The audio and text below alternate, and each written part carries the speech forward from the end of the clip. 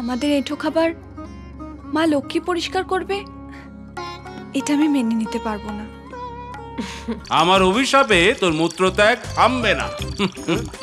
কেন বাবা? কুশের জন্য তুই অনেক বেকার ছেলে মেয়েদের চাকরি আটকে রেখেছিস, তার মধ্যে দোলা সেনগুপ্ত আছে। আমি কথা দিচ্ছি বাবা, কাল ফার্স্ট আওয়ারই ওদের ফাইল আমি রিলিজ করে দেবো। আজ প্রায় ৭,৫০০ চিটফান্ডের পথদুস্থ মানুষ প্রচন্ড বৃষ্টির মধ্যে ফান্ড অফিসের সামনে ভিড় করে দাঁড়িয়েছিলেন তাদের প্রাপ্য টাকা ফেরতের উদ্দেশ্য নিয়ে।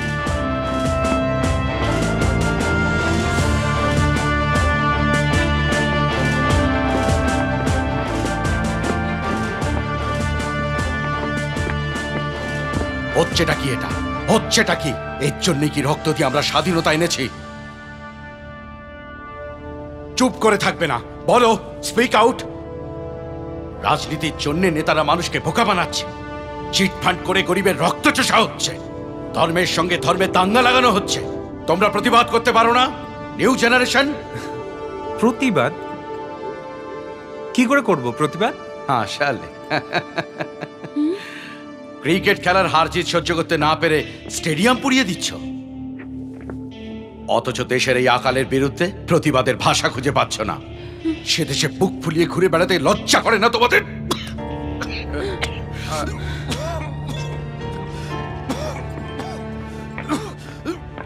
আপনার কষ্ট হচ্ছে নেতাজি? আপনার কষ্ট হচ্ছে?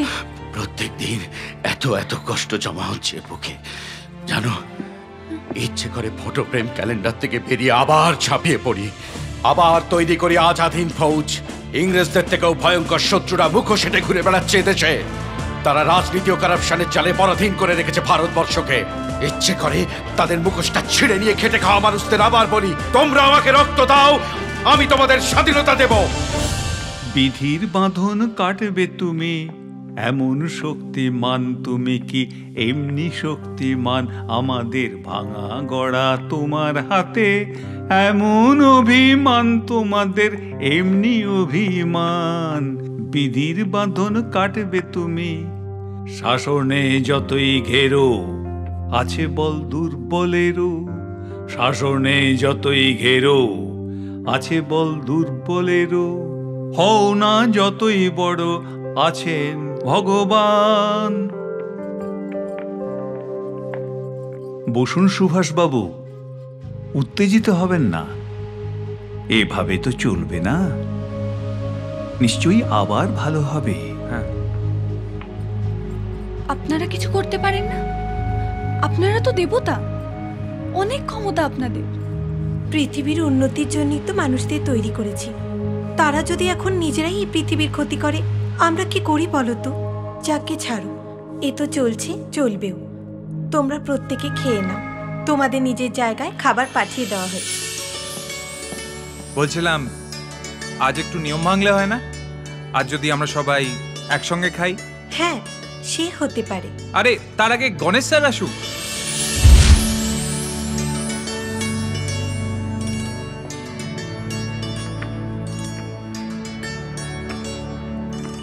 ইস দাদা, তুমি তো পুরো ভিজে গেছো। মা কেমন আছে গণেশ বাবা? কোনো চিন্তা নেই, ওনাকে বাড়িতে রেখে এসেছি।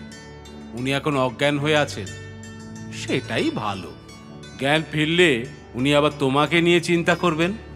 প্রত্যেকে ওদিকে চলে এসো, ওদিকে সবার জন্য আসন পাচ্ছি। খাওয়া খাওয়া, অনেকদিন পর ভীষণ খাটনি হলো, আজ খুব খাবো।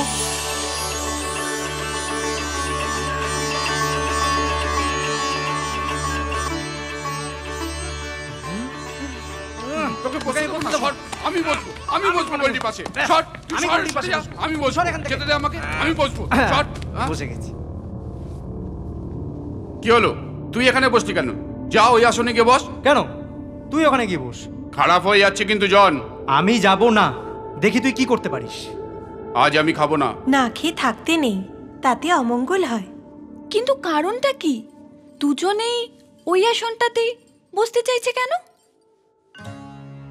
তোমরা যে বলো দিবস রজনী, ভালোবাসা ভালোবাসা, সখী ভালোবাসা কারে কয়? সে কি কেবলই যাত নাময়। ও বুঝেছি, তাহলে বরং ওই আসনটা গিয়ে আমি বসি। না रहेगी बांस না বাজেগি বাঁশুরি। জন বাবু, জন বাবু, জন বাবু, এই এই এই তোর ধ্যাৎ।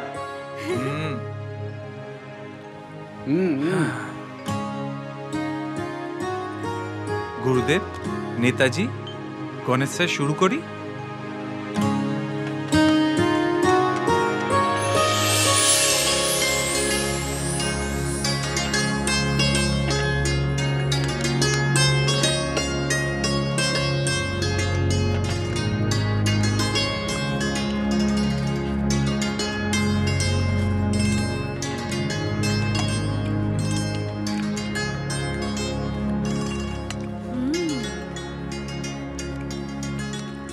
কিরে লক্ষ্মী, তুই খেতে বসবি না?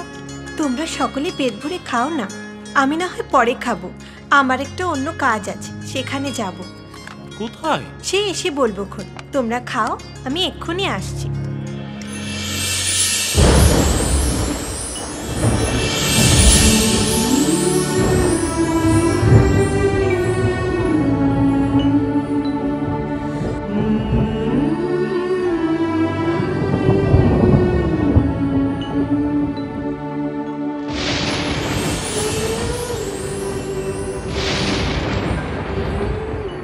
চিন্তা করিস না, তোর মেয়ে আমাদের কাছেই আছে। ঠিক আছে মা, তুমি যখন বললে তখন আর কোনো চিন্তা করব না। না, করিস না।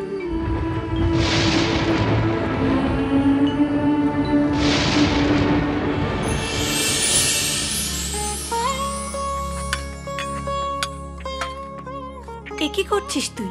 ছাড়, ও কাজ আমার। আমি না ছুলে লক্ষ্মীশ্রী আসবে না। না মা, সে তুমি রোজ যা করার করো, আজ হবে না। আমাদের এঁঠো খাবার মা লক্ষ্মী পরিষ্কার করবে, এটা আমি মেনে নিতে পারবো না। বাহ, লক্ষ্মী মেয়ে।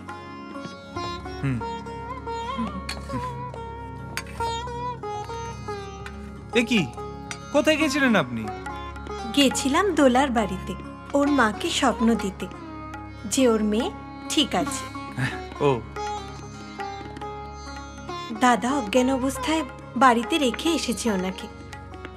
দাদার কোনো দোষ নেই, ও তো মা নয়, তাই মায়ের মন বোঝে না। যে মা, সে অজ্ঞান অবস্থাতেও সন্তানের কথা চিন্তা করে। তাই আমি ওনার মনকে একটু সান্ত্বনা দিয়ে এলাম। তাই জন্যই তো তুই সকলের মা। তোর আর এক নাম দয়াবতী। আচ্ছা দোলা, তুমি চাকরি খুঁজছো তাই তো?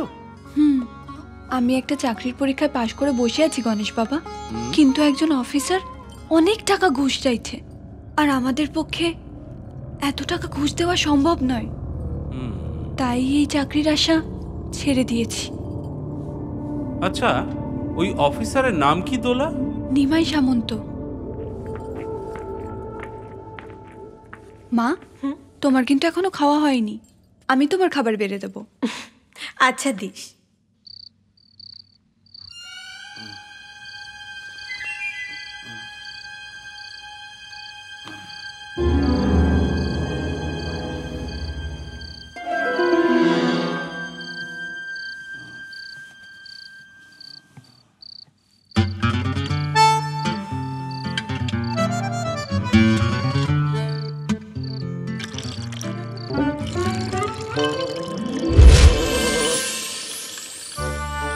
কি গো, বাথরুমে আর কতক্ষণ থাকবে? 15 মিনিট তো হয়ে গেল।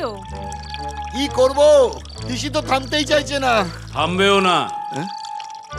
কে? ভয় পাস না, আমি গণেশ। গণেশ বলতে? সিদ্ধিদাতা গণেশ। তুমি বাথরুমে? এই পৃথিবীতে তো দেবতা সর্বত্রই বিরাজ করছে, মানুষ কেবল তাকে মন্দিরেই খুঁজে বেড়ায়। আমার কি সৌভাগ্য। সৌভাগ্য নয়, দুর্ভাগ্য। আমার অভিশাপে তোর মূত্রত্যাগ থামবে না। কেন বাবা? অনেক ঘুষ খেয়েছিস, সেগুলো বার করতে হবে তো। ঘুষ? আমি এই মিথ্যে কথা বলবি না, দেবতাকে মিথ্যে বলতে নেই। আমার আমার অন্যায় হয়ে গেছে বাবা, আর করব না।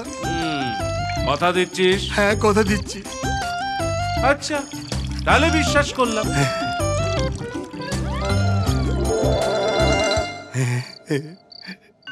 বাবা বাবা বাবা, পা ধরে কোনো লাভ নেই। এই ঘুষের জন্য তুই অনেক বেকার ছেলে মেয়েদের চাকরি আটকে রেখেছিস, তার মধ্যে দোলা সেনগুপ্ত আছে। আমি কথা দিচ্ছি বাবা, কাল ফার্স্ট আওয়ারই ওদের ফাইল আমি রিলিজ করে দেবো, কোনো চিন্তা করবেন না বাবা। যদি না ছাড়িস তোর কি হবে নিমাই বুঝতে পারছিস? হ্যাঁ বাবা, বুঝতে পেরেছি বাবা, বুঝতে পেরেছি। তথাস্তু। আমি তবে চললাম। এরকম আরো অনেক সিনেমা দেখতে হলে ডাউনলোড করুন ক্লিক অ্যাপ।